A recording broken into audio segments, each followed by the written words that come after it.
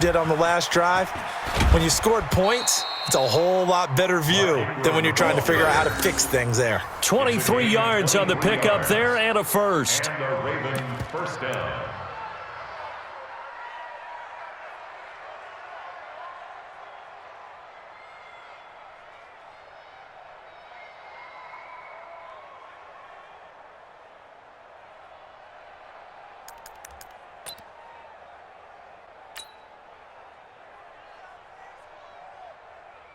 Took just one play to move all the way to the 44 as they try again on first down.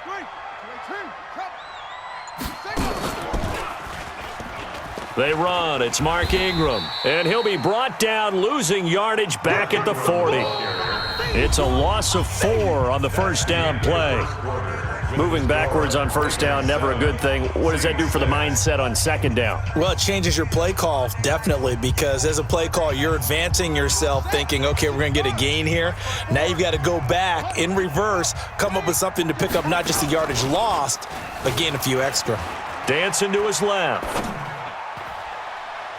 And this one's incomplete. Had an open man that time, but ended up putting a little too much heat on it, don't you think, partner? Absolutely. Just needed a touch more air under it. Instead, he fired an absolute bullet.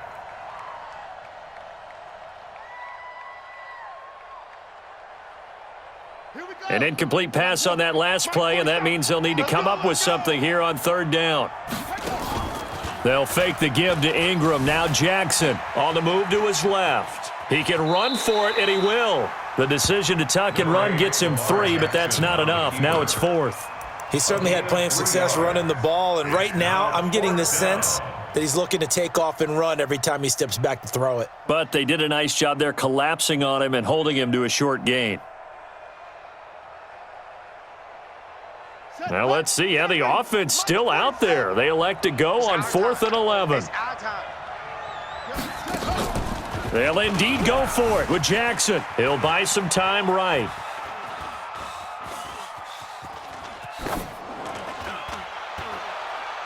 And this is going to be incomplete.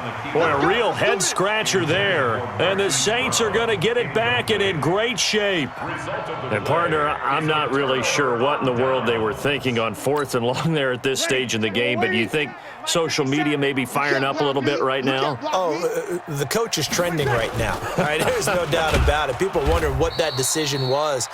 But it takes me back to a number of years ago. A very successful coach in the league had told himself before a playoff game he was going to be aggressive. No matter what, he's going to be aggressive. And it ran his team into some real problems early, and they got upset in that playoff game. Let's see if this team can recover. Well, that's aggressive in capital letters with glitter, 7 underscores. I mean, that's the definition of aggressive. Yeah, you can almost hear the cheerleaders doing the be aggressive chant behind him, and he listened to it. A loss of a yard there to start out. That leads to a 2nd and 11. Breeze going to throw. And that is incomplete. A lot of force bearing down on him there. He could not hang on. It's 3rd down. And it is true. You can draft the fastest. You can draft the most athletic guys. But if they don't know the art of positioning, sometimes it's all for naught. In this case, in the right spot, help force the incompletion. Yeah, but had his hands on it for a second. Would have been a tough catch, though. Falls incomplete. And now the 3rd down throw incomplete as well. I think that's a big-time play there because the slant route is really hard to cover because the timing is so quick. But able to see it, diagnose it, and get to the football, that's why he was able to bat it away. Here's Thomas Morstead on now to punt it away on 4th down. Back deep is DeAnthony Thomas.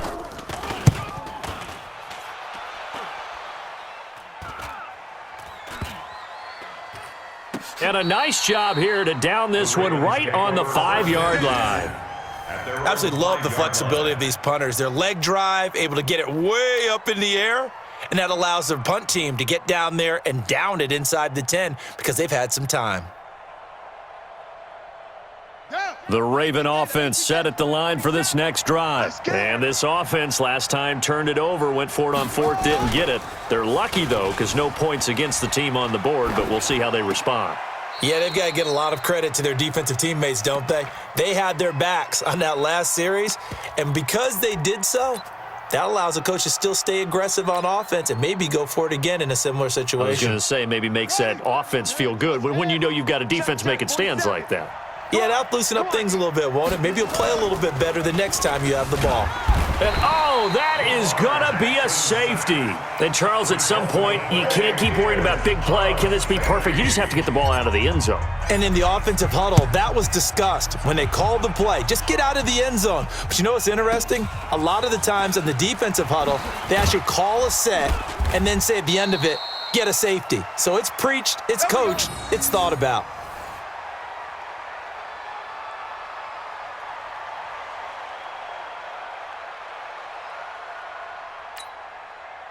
Getting set for their next drive, the New Orleans offense. And they're coming off a 3-and-out, my friend. I think they've got to look at that play sheet and go to a spot that they haven't gone before. Time to shake things up a little bit to try and get this offense moving. Okay, so how do you do that? How do you shake things up? You look at what you've called before, realize it hasn't worked Go to so something well, else. and maybe you try and find one of those special plays from one of your better players, and maybe try and hit something big and get things going in the excitement area.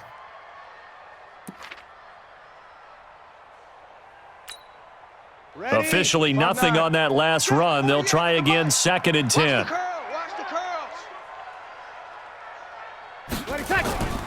Breeze now. And this is Cook with a grab. The reception good for 7.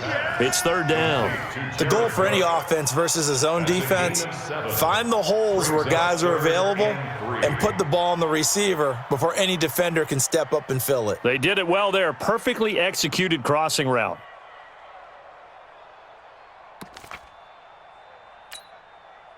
A 2nd down completion got him 7. Now here's 3rd and 3.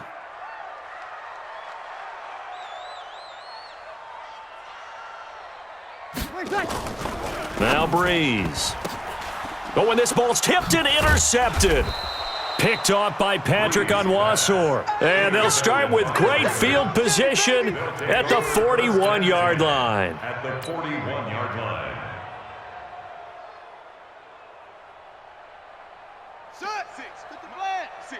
Right there, 56. Check, check, check, check.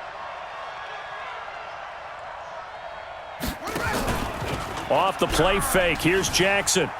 Rolling to his right. He'll try and run it. He's got the 1st down here inside the 30. All day, baby, let's go. Let's go. Got it, 56. Coming up at halftime in a little less than 2 minutes, we'll send you to Orlando where Jonathan Coachman is standing by. He'll have highlights and analysis of this first half. Now he'll dump it underneath to his running back, complete.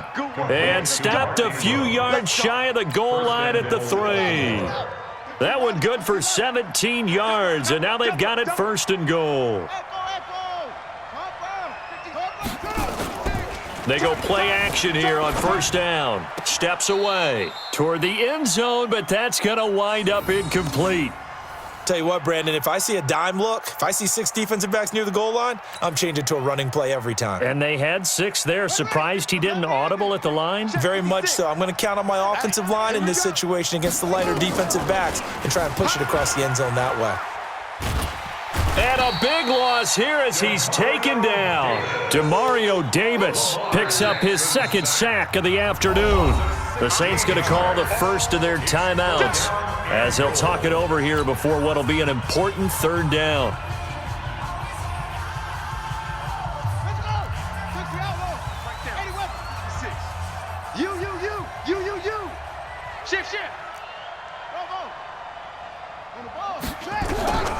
Jackson from the shotgun. A battle for it, and it's intercepted. Chauncey Gardner-Johnson with a pick. Brandon, this is why golfers do their best to never count a score in their head before the ball goes in the cup. This looked like a slam dunk for points on this drive, didn't it? Instead, they throw an interception, and they're going to come away empty. 36. Tackles. Watch that. 12.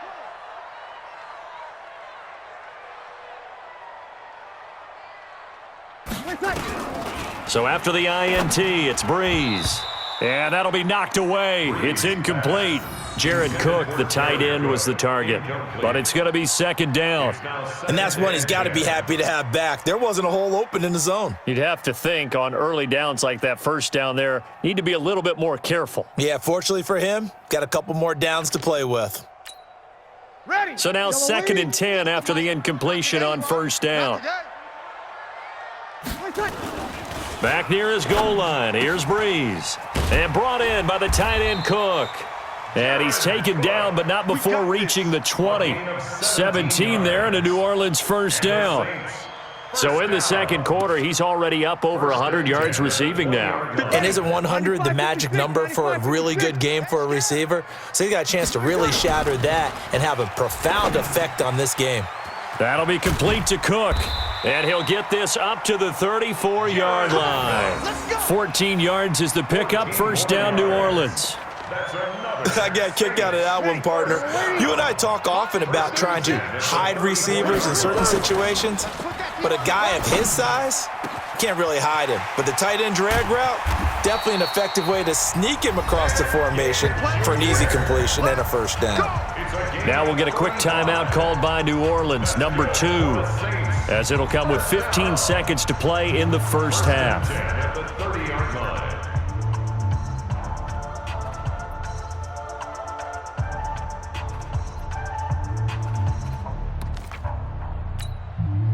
So the big play has them all the way down to the 30 now for first and 10.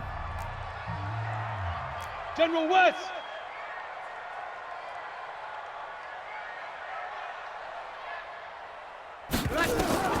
Again, they'll throw with Breeze. And that's going to be incomplete. 12 seconds left. Incomplete. Marcus Peters on the coverage.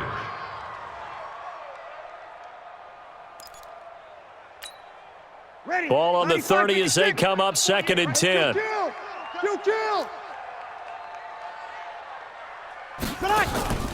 Breeze to throw again.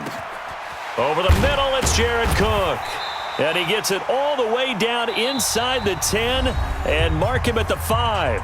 And with just 4 seconds left in this first half, a timeout call.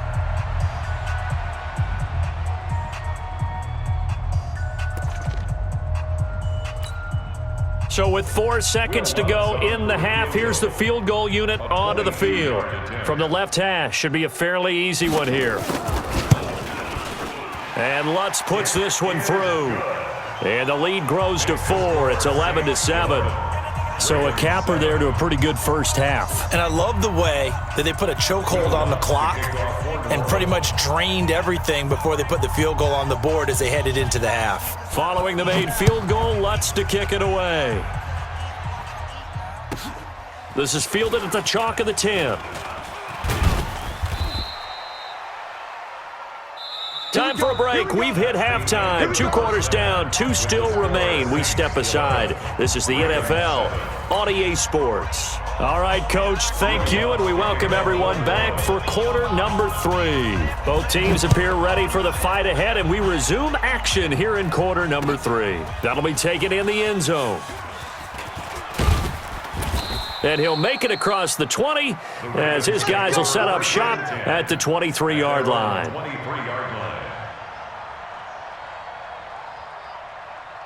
The Raven offense set at the line for this next drive. They're down here, but very much in this game. What's the tonality of a coach's talk when a game is within striking distance like this at intermission? Typically, what they're doing is emphasizing the things that went well in the first half and wanting more of that. Sure, you've got to go over some of the errors and clean up some things because... And all the way in for a Ravens touchdown. Lamar Jackson, 70.